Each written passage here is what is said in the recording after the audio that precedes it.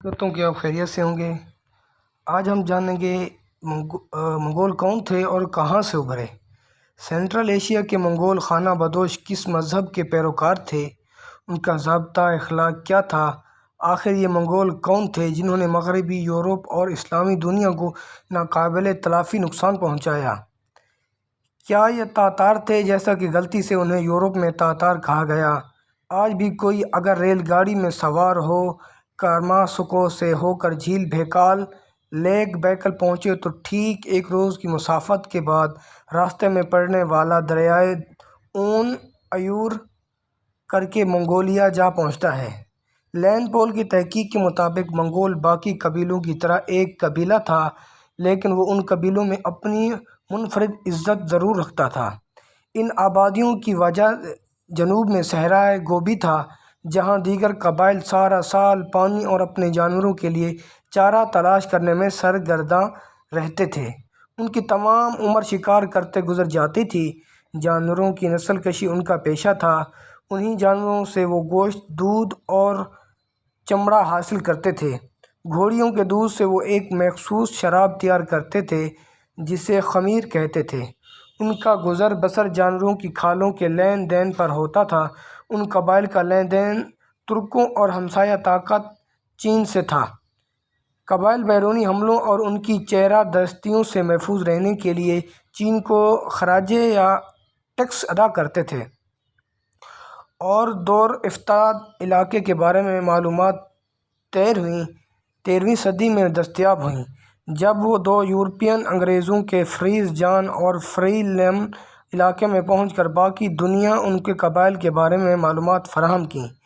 اس کے علاوہ Marco polo کے سفر نے دنیا کو منگول اور چین کے بارے میں معلومات فراہم کی۔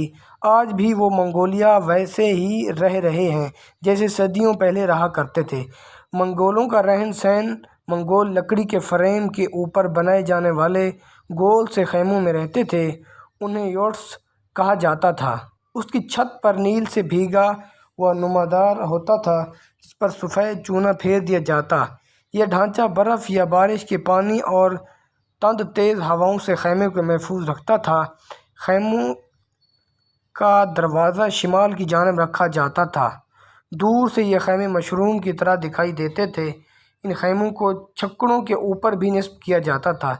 ہجرت کرتے وقت یہ خانہ بدوش اپنے خیموں یا تمبو اٹھا کر ساتھ لے جاتے تھے۔ کیمپوں کی جگہ کا انتخاب کرتے وقت گرمی اور دوسری کے موسموں کو مد نظر رکھتے تھے۔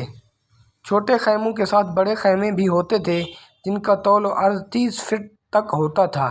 ایسے خیموں کی تعمیر کے لیے ضروری عمارتی سامان بیل گاڑیوں کے ذریعے لایا جاتا تھا۔ خیموں کے دروازے رنگ دار ہوتے تھے۔ ان دروازوں پر خوبصورتی کے لیے پودے، بیلیں اور درخت بھی لگائے جاتے تھے۔ منگول جنگلی جانوروں اور پرندے بھی پالنے کے شوقین تھے۔ خیموں کے اندر فرش پر سوکھی گھاس ڈالی جاتی تھی جس کو جانوروں کی کھالوں اور ہاتھ سے بنی دریوں سے ڈھانپا جاتا تھا۔ خیموں کے اندر عورتوں کے بیٹھنے کی جگہ مردوں سے ہٹ کر بنائی جاتی تھی۔ خیموں کے اندر موجود آتش دانوں سے ذرا ہٹ کر گھر کا مالک وچ پر بیٹھتا تھا۔ خیمے کے وسط میں دھوئیں کے اخراج کے لیے ایک سوراخ رکھا جاتا تھا۔ خیموں کے اندر بیٹھنے کا ایک مخصوص انتظام سٹنگ ارینجمنٹ ہوتا تھا۔ گھر کے مالک کا وچ سے آگے اس کا بھائی، پھر اس کے آگے اس کی بیوی، اور پھر اسی طرح بلندخانہ رتبہ نشستیں لگائی جاتی تھیں۔ منگولوں کا مذہب، جہاں تک منگولوں کے مذہب کا تعلق تھا، وہ شمانی نظریے کی ایک قسم تھی جس میں پرہتو یا مولوی کا کردار شمان ادا کرتا۔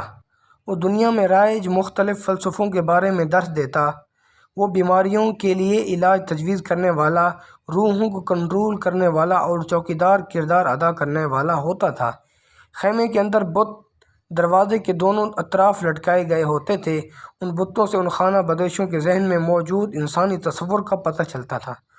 ان بتوں کے ساتھ ساتھ پستان کی شکل کی چھوٹی چھوٹی چیزیں اس مقصد کے لیے رکھی گئی ہوتی تھیں کہ وہ ان کے جان و مال اور جانوروں کی حفاظت کریں گی۔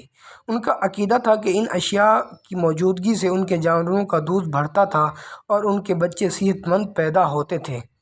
منگولوں کے خیموں میں ریشم کی موجودگی کا پتہ چلتا ہے۔ وہ لباس کے علاوہ خیموں کو بھی سلک سے سجاتے تھے۔ ریشم ان کے ہاں ایک قیمتی چیز تصور کیا جاتا تھا۔